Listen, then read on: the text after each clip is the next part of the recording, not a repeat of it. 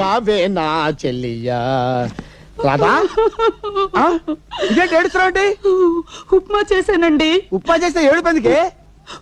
ఉప్మా చాలా బాగా కుదిరిందండి. బాగా కుదిరితే సంతోషించాలి కానీ అలా ఎక్కిలెక్కలు పెట్టి ఏడుస్తావంటే వెర్రి మహా. అతడికి ఉప్మా అంటే చాలా ఇష్టం అండి.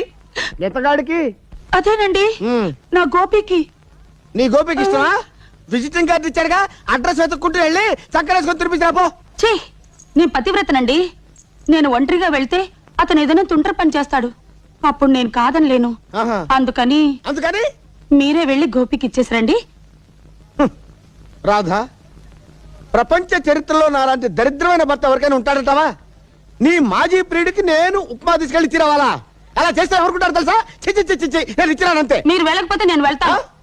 అప్పుడు నా గోపి, రాధా నీకు పెళ్ళైనా పర్వాలేదు, మనం ఎక్కడికైనా లేచిపోదాం అంటాడు. అంటాడు. అంటాడు. దానికి నువ్వేమంటావమ్మా? అప్పుడు నేను ఆవేశం పట్టలేక